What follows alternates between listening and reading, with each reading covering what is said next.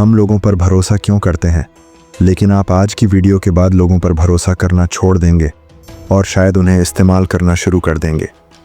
और अगर आपको ऐसा लगता है कि लोगों को आपकी चिंता है तो आप इस वीडियो को स्किप कर सकते हो।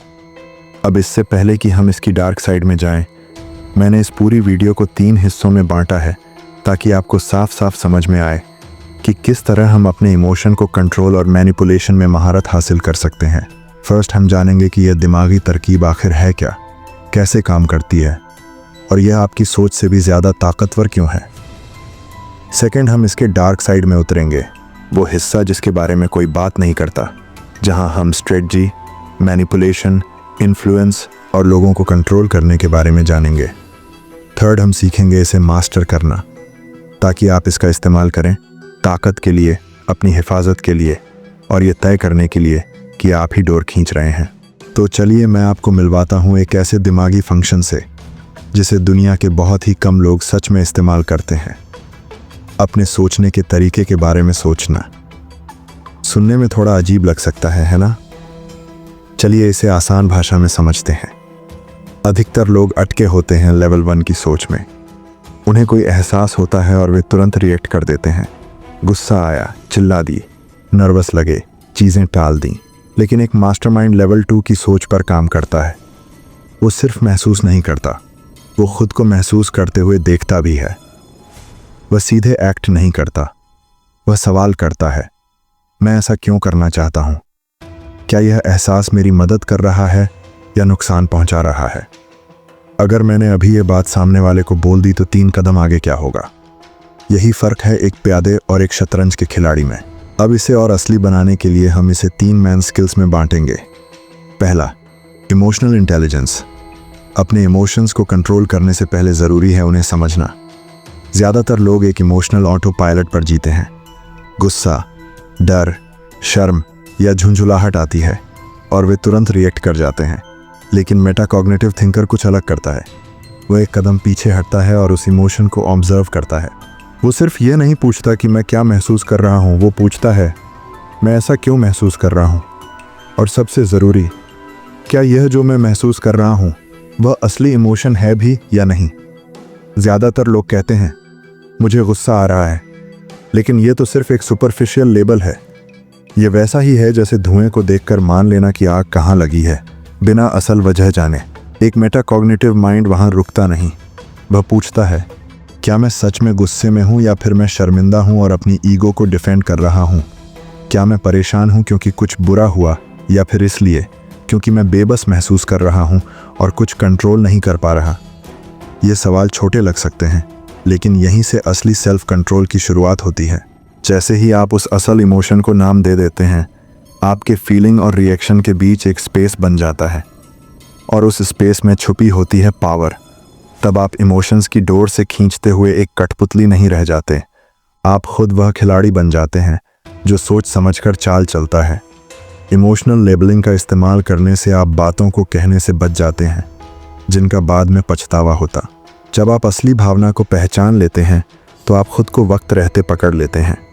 आप इमोशन में फट नहीं पड़ते, आप सोचते हैं। दबाव में भी शांत रहना आसान हो जाता है। जैसे ही आप किसी भावना को नाम देते हैं, उसका असर कम हो जाता है। यहाँ तक कि बस इतना कहना मुझे बहुत ओवरवेल्म लग रहा है आपके दिमाग के रैशनल हिस्से को एक्टिवेट कर देता है। दूसरे लोग अंदर से क्या महसूस कर रहे हैं यह भी समझने लगते हैं जब आप खुद पर यह प्रैक्टिस करते हैं। तो चलिए एक छोटा सा एक्सरसाइज करें, लेबल एंड लेयर्स। जब भी कोई तेज़ इमोशन आए, खुद से 4 सवाल पूछिए। 1, मैं क्या महसूस कर रहा हूँ? 2, इसे ट्रिगर किसने किया? 3, क्या यह असली भावना है या इसके पीछे कुछ और है? 4, इसके पीछे कौन सी अधूरी ज़रूरत या गहरा विश्वास काम कर रहा है? अगर आप यह रोज़, इवन अगर सिर्फ 30 सेकंड के लिए भी करें, तो आपको यकीन नहीं होगा कि आपके पास कितना ज़्यादा कंट्रोल आ जाता है। ध्यान रखिए, जिन इमोशंस को आप नाम नहीं देते वो आपको कंट्रोल करते हैं, और जिन इमोशंस को आप पहचान लेते हैं वह आपकी बात मानते हैं। यही है मास्टरमाइंड का पहला कदम। अब बात करते हैं थॉट ट्रैकिंग की। आपके विचार सिर्फ बैकग्राउंड में चल रही आवाज़ नहीं है, वो ब्लूप्रिंट्स हैं जिनके हिसाब से आपका दिमाग ज़िंदगी बना रहा है। अगर आप इन पर ध्यान नहीं देते तो आपका मन एक ऐसी जिंदगी बना देगा जो आपकी खुद की चुनी हुई नहीं है। इसलिए थॉट ट्रैकिंग मेटाकॉग्निशन का बेहद ज़रूरी हिस्सा है। ज़्यादातर लोग अपने विचार सोचते नहीं, वो तो उन्हें ऐसे ही रिसीव करते हैं जैसे दिमाग में आ रही नोटिफिकेशंस जिन्हें उन्होंने कभी सब्सक्राइब ही नहीं किया। वो सोचते हैं, मैं अच्छा नहीं हूँ, मुझसे नहीं होगा, कोशिश करने से भी क्या होगा। और सबसे खतरनाक बात, वो इन विचारों को सच मान लेते हैं। लेकिन अब ध्यान से सुनिए, हर सोच आपकी अपनी नहीं होती, हर सोच सच नहीं होती, और हर सोच आपकी अटेंशन डिजर्व नहीं करती। सोचिए, जैसे आपने अपने दिमाग में एक सिक्योरिटी कैमरा लगा दिया हो। अब आप किसी भी सोच को यूं ही अंदर नहीं आने देते, आप उस सोच की आईडी चेक करते हैं। यही करना है आपको इमोशंस के साथ भी। जब भी आपके इमोशंस उफान पर हों, रुकिए और पूछिए, मैं इस वक्त क्या सोच रहा हूँ? क्या यह सोच मेरे लिए मददगार है या नुकसानदायक? क्या यह सोच किसी फैक्ट पर टिकी है या डर पर? बार बार दोहराई जाने वाली और इमोशनली भारी सोच आपको कंट्रोल करती है, जबकि फैक्ट बेस्ड सोच आपको एक शांत और स्थिर माइंडसेट देती है। थॉट ट्रैकिंग को आसान बनाने के लिए आप एक थॉट डायरी रख सकते हैं। जब भी कोई स्ट्रांग इमोशन आए, बस एक लाइन लिखिए, अभी मैं ये सोच रहा हूँ, और फिर उस सोच की पड़ताल करिए।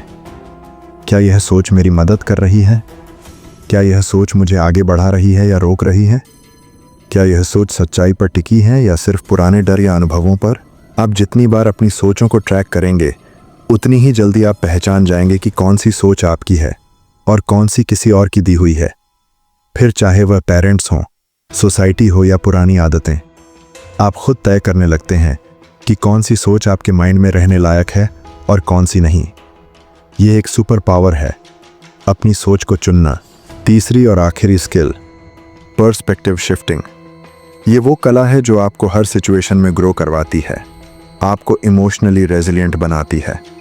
जब कुछ बुरा होता है तो आप खुद से पूछते हो, ये मेरे साथ क्यों हुआ? लेकिन पर्सपेक्टिव शिफ्टिंग आपको ये पूछना सिखाती है, ये मेरे लिए क्यों हुआ? यानी उसी सिचुएशन को आप एक नए एंगल से देखने लगते हैं। जब आप किसी मुसीबत को सिर्फ एक तकलीफ नहीं बल्कि एक सबक की तरह देखने लगते हो, तो आपकी सोच, आपकी भावना और आपका रिएक्शन तीनों बदल जाते हैं। यही वो लोग करते हैं जो लाइफ में हाईली सक्सेसफुल होते हैं।